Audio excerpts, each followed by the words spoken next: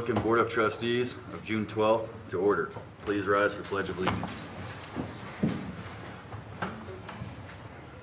I pledge allegiance to the flag of the United States of America and to the republic for which it stands, one nation, under God, indivisible, with liberty and justice for all.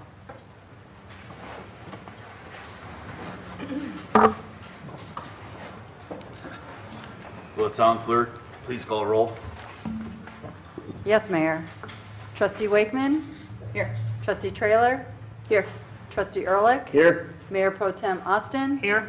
Mayor Woodcock? Here. Trustee Scott Smith and Trustee Katie Burek are absent. Agenda approval. Are there any additions or deletions? Yes, I'd like to add an executive session for the purposes of instructing negotiations for property and contracts. Pursuant to, well, we'll do that with the motion. Never mind. Do I have a second? Second. Town clerk call roll vote. Trustee Trailer? Yes. Trustee Wakeman? Yes. Trustee Ehrlich? Yes. Mayor Pro Tem Austin? Yes. Mayor Woodcock? Yes. Motion passed. Citizens' comments. Do I have any citizens' comments? Good. Moving on. Minutes of the previous meeting. I have one update, please. Go for it. The minutes of 5/22. Please update the discussion on the May 8th meeting approval to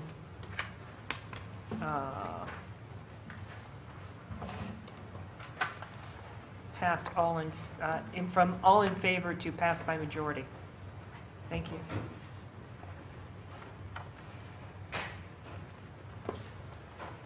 Anything else?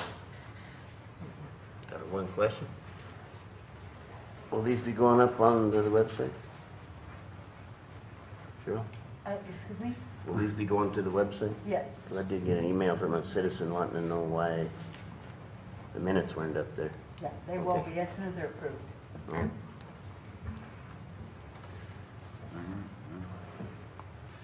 Yes. All in favor? Aye. Aye. Hi. Alrighty. Town administrators report. All right, I put some financial information in the packet. We did get a call on the Hillsborough Reservoir. The ditch blew out southwest of Johnstown. That got patched. Took 6 loads of cement, 6 cement trucks to plug the hole. It seems to be holding well. Water is filling into the Hillsborough. The gate will be open tomorrow morning at 5:30, and they'll start running the lower extension. The suggestion was to probably close our gates and blast a lot of the ditch debris down past our gates and then open the gates so that the town ponds, Centennial and Ehrlich, don't have a lot of stuff floating in them. And I thank Chris for that suggestion, and that's what he's planning on doing. Our RO plant is getting ready to plan for a grand opening ribbon cutting, and we'll be, if you haven't gotten information on that already, I believe they're trying to have a barbecue and looking for a head count from board members as to who would be able to attend that. The Josephine project is just about complete. We're hoping to have an acceptance walkthrough next week, towards the end of the week.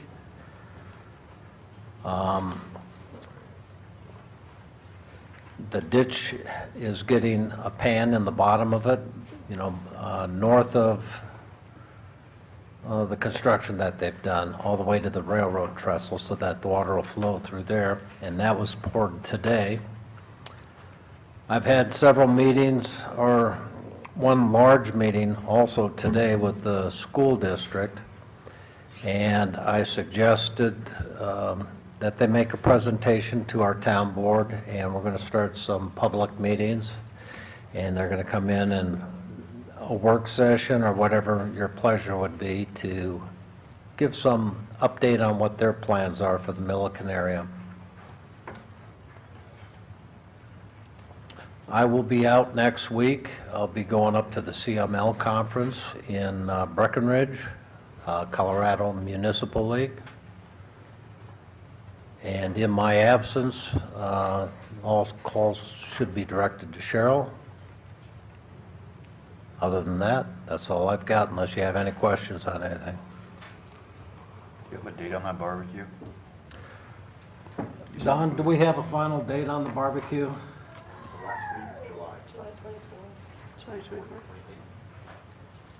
Somewhere towards the end of July. We'll get you an actual date and send that out. 24th through 28th, somewhere in there. The mayor will have the first glass of water out of the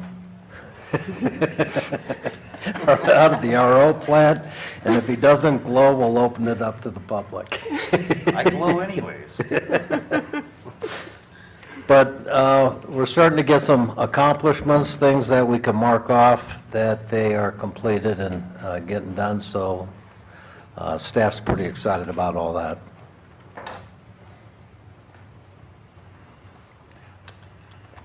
Cool. You guys have any questions? No. I do have park information. I'll try and share that with you at another time. That was one of the items on the work session that we did not get to.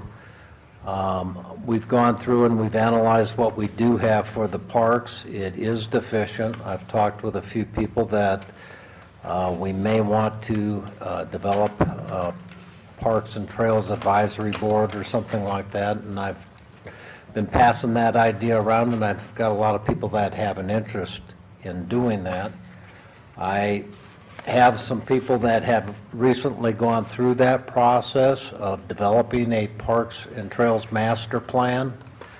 A lot of towns have a 10-year plan that they update every 5 years, and they have offered to come to the board and make a presentation at a work session, if you would like, and just give you some of the things that they did and how they did it, so that it gives you some guidelines on how to move forward. I have got information from Josh, one of our past employees that did some work on things. We've pulled together different bits here and there. Lot Holdings has been real helpful in getting irrigation build design drawings for the irrigation systems out around Centennial and some of the parks, so that we know how the water lines work. So we're starting to develop a non-potable water system plan also that'll go along with the parks. So that's it. You guys have any questions for him? Before I move on? You have questions for him? No. All right. Nothing on the consent agenda. We'll move on to the action agenda. Item A, amendment number 1 to the Brookstone filing number 3 subdivision development agreement. Community Development Director Pepper. Good evening, Mayor and members of the trustees. Before you tonight is a request from Lot Holdings for an amendment to a development agreement that was previously recorded for the Brookstone filing number 3 development. And the purpose of the changes are to allow surety for public improvements to be posted by phase, to include the option of posting a performance bond for surety for the public improvements as opposed to a letter of credit or other cash security, or in addition to, I should say, and to exempt the developer from posting any collateral for public improvements that might be constructed by a special district.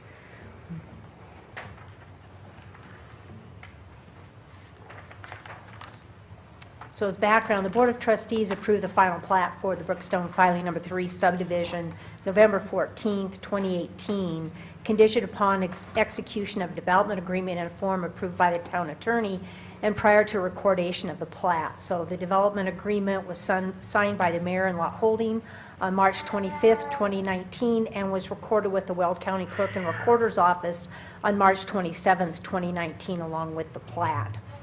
The approved and executed development agreement requires the developer to post collateral in the form of a cash or letter of credit in the amount of 110%. This is the development agreement that was recorded. However, the town has previously approved performance bonds in development agreements in addition to cash and letter of credit. Findings of fact, the Board of Trustees has the ultimate authority to determine collateral that is sufficient to complete public improvements associated with the development. Am I too close to the mic?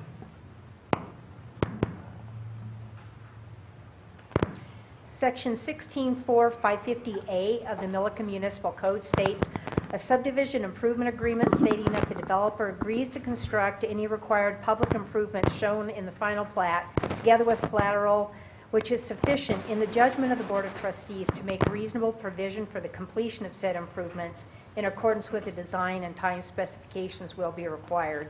No subdivision plat shall be signed by the town or recorded at the office of the county clerk and recorder, and no building permit shall be issued for development until subdivision improvement agreement between the town and the developer has been executed. Such agreement shall include a list of all agreed upon improvements, an estimate of the cost of such improvements, the form of guarantee of the improvements, and any other provisions or conditions deemed necessary by the Board of Trustees to ensure that all improvements will be completed in a timely, quality, and cost-effective manner. A subdivision improvements agreement shall run with and be a burden upon the land described in the agreement. The town engineer and public works director find the form of collateral and amounts to be acceptable in the proposed amendment. The form of bond proposed by the developer is currently under review by the town attorney. Suggested motions are before you, and as are the suggested amended development agreement. And I'm available to answer any questions you may have, as is the town attorney. Any questions down here? No. Any questions for you? No? Take a motion. I believe the developer is also here to address you. Do you have any questions? I mean, unless we have questions for him.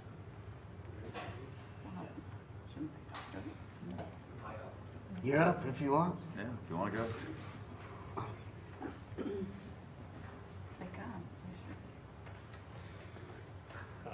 I'm Brett Hall. I represent Lot Holding. I live in Greeley, Colorado. The reason we're here is to try to do a couple of things. One is to make development affordable in town, and also to be more in compliance with the people that are in our surrounding area. Greeley basically does not require a bond unless you're asking for permits without public improvements completed, so they're better than what we're requesting. Evans is similar to what we're requesting, and Windsor is similar to what we're requesting.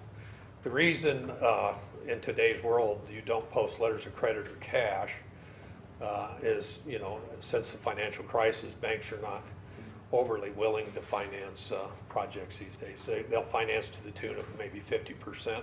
So you have a massive cash requirement. So what we have here today, and we're sorry that we let this get by because it changed and changed and changed. So we got in the habit of doing it a certain way here.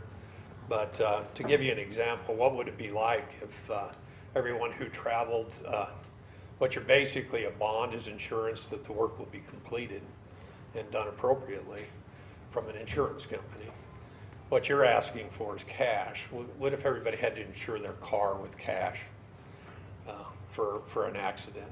I mean, that would be a huge financial burden to society, and we have to look at the costs. A bond, although it still costs me the same amount, we don't really need that. And so let's take a project and let's look at the project. So we go out and we complete the project. We go out to start the project and we hire a contractor to install the sewer line. He goes out and he installs the sewer line. Okay, it's not this town sewer line yet because they don't accept it. It has to be inspected, tested to make sure it meets all records. What you're asking for is financial warranty from the period between when he starts and when he completes that line. But once you've accepted it and approved it, now we have the right to reduce the amount of that requirement from you guys. So you turn around and give it back to us. So I have to pay the sewer contractor for his progress and give the city money while he's installing. Well, say he installs it wrong. And we're out in the middle of Sunfield and the sewer is backwards and stuff. If the town doesn't accept it and we don't move forward. So the risk is very minimal to the city. So only on rare occasions there may be an item where he's out in the middle of a public right-of-way and he tears up a street and doesn't complete it appropriately. So you don't need 100% of the entire cost of the project unless we're out disturbing something of an existing public improvement. So what we're asking for is we're putting a burden on the project. So basically you have to have twice the capacity of what it costs to do something. And all these costs eventually get passed on, but they don't necessarily get passed on because we're in Windsor too, and Windsor requires a 25% bond for us to start. And we go to an insurance company and they charge us about 1% of the cost of that bond. We post that bond with an insurance company who issues that based on our financial well-being. Now, is it easier to collect from an insurance company versus a cash account? Of course not.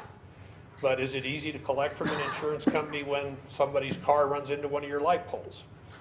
What you have is they send out an investigator to make sure it's fair and appropriate, and then there is a battle.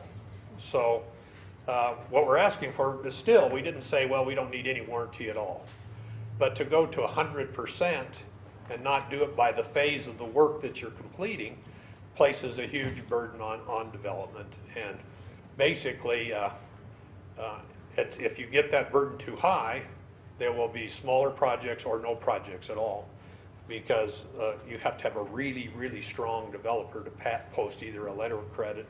Again, when you're asking something to get done, you're asking to put up the money to the town and then also pay the contractor to do it. So you're asking for $2 for a $1 improvement.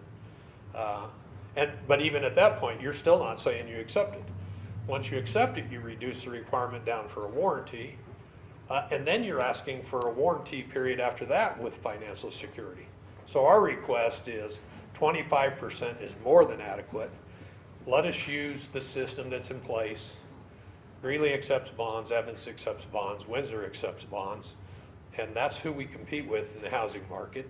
And so we're just asking not for anything. Actually, Greeley is better. They only ask for a bond in the event that you ask for a building permit before you're complete. Here, we don't get the building permit, it's held back. So there's like protection after protection after protection. So, and the size of the projects that we're trying to do and trying to bring to the town, it does make a big difference on our decisions of how to move forward. So really, if you read this, this is really close. This is almost identical to Windsor's, what we've requested. So we'd ask for you to approve that if you could. So, and we've been here a really long time and we haven't had any trouble. So we're you know, that's why it's at the discretion of the board to make, at what risk are they placing the town. So if anybody has any questions, I'd be happy to answer. Any questions on that? No questions. Thank you. Thank you. Okay, no other discussion. Is that right? Nothing? All right, I'll Okay. take a motion. I move to approve amendment number 1 to the Brookstone filing, number 3 subdivision development agreement, including the additions of exhibits C-1 and C-2 bond. Second. Town clerk, please call for a vote. Yes, sir. Trustee Ehrlich? Yes. Trustee Wakeman? Yes. Trustee Trailer?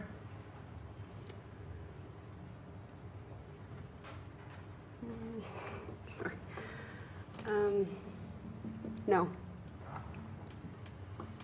Mayor Pro Tem Austin, Yes.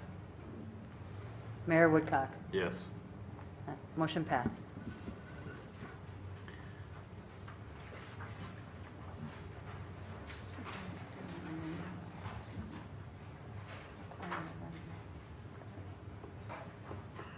We can talk.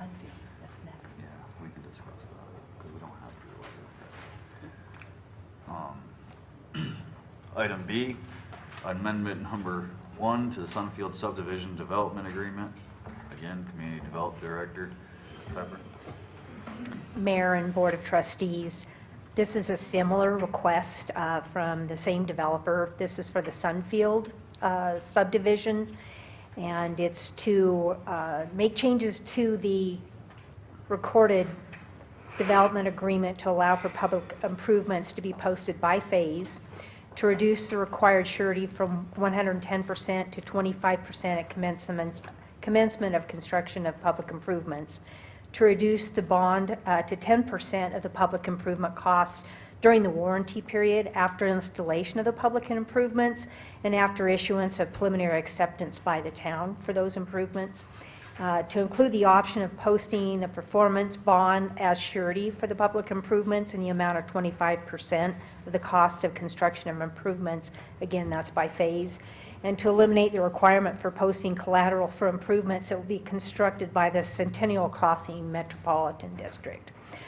The findings of fact are very similar to the previous case, and the board is permitted by section 16.4.550A of the Milliken Municipal Code to set collateral in an amount sufficient in the judgment of the Board of Trustees to make reasonable provisions for the completion of said improvements.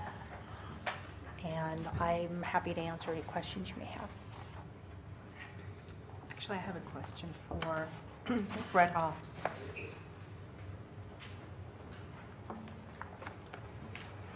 Good evening. Hi. So our understanding is that you're going to focus on Phase 1, and we just want to make sure when you do Phase 1 that the sewer will be completed in its entirety and not with that temporary patch that was originally proposed. Is that correct? You know, you caught me a little off guard.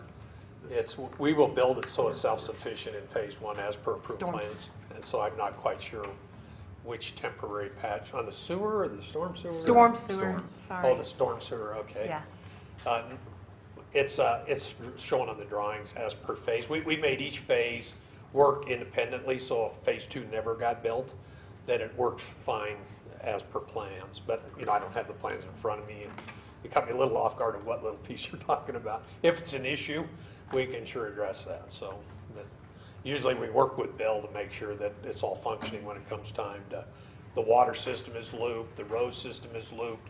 We make sure everything functions appropriately, so each phase is successful with itself. And generally, if there's a request when we get out there and say, hey, this isn't, let's go to the next manhole so we can clean, that's something that Bill can request on the site, we do that. But I think the plans addressed all that.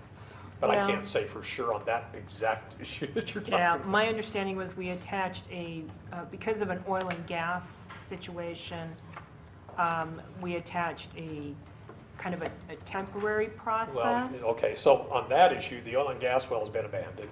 It's no longer in play, and we built it as per the final drawings.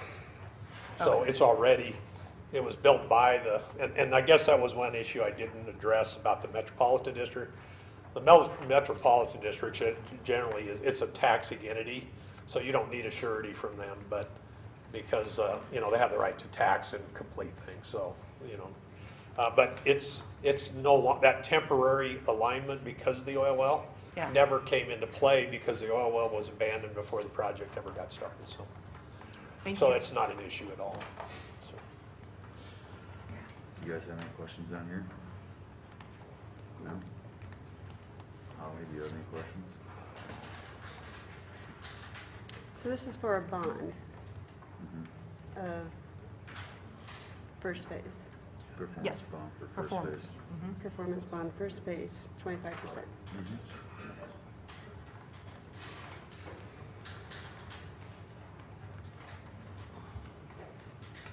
You don't have any questions, do you? No, I've already asked mine. Thank you. So you're, I don't have any questions. Ms. Wakeman? One more time. Ms. Trailer, you have a question?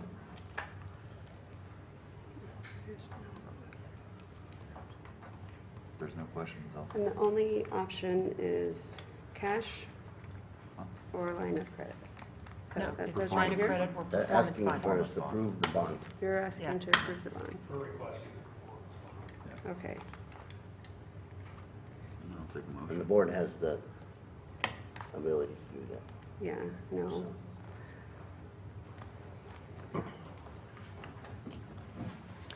Okay, I move to approve amendment number 1 to the Sunfield subdivision development agreement, including the additions of exhibits B and C1. Second. Town clerk, call for the vote. Yes, sir.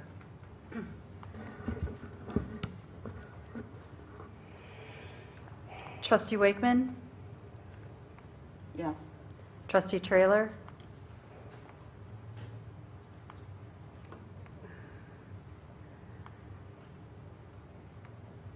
No. Trustee Ehrlich? Yes. Mayor Pro Tem Austin? Yes. And Mayor Woodcock? Yes. Motion passed. Thank you. So that's it for the action agenda. Go to discussion. Nothing on discussion, unless you guys have some questions you want to ask. No? Next thing is going to be informational agenda. Do we have anything new on Western Equipment Truck? We're working, Mayor and Board of Trustees, the certified floodplain manager and myself are working with the property owner and the property owner's consultants to continue to get a remediation plan based on the modeling results. And I did provide you a copy of a lot of engineering speak from our CFM, talking about what deficiencies he found. So we're continuing to do that, and the only other update I have for you is that to date in engineering costs and other costs, we've spent $6,470, roughly $9 on pursuing this violation. So happy to answer any questions you may have. Just sounds like we're moving right along with this issue. We are trying. Okay, thank you. Thank you. No. Thank you. You guys want- Okay, I'd like to make a motion that we go into executive session under CRS Section 24-6402, subsection 4E, for the purposes of instructing negotiators, determining positions relative to negotiations, and developing strategies subject to negotiations regarding contracts. I just want to clarify for the record, that was 24-6, you said 24-6-402. I got 6402. Not 64. Okay, apparently I'm missing a dash. Let's update that. Do I have a second? Second. Town clerk, call for Town clerk, call for the vote. Yes, sir. Trustee Wakeman? Yes. Trustee Ehrlich? Yes. Trustee Trailer? Yes. Mayor Pro Tem Austin? Yes. Mayor Woodcock? Yes. Oh, I haven't seen the dash.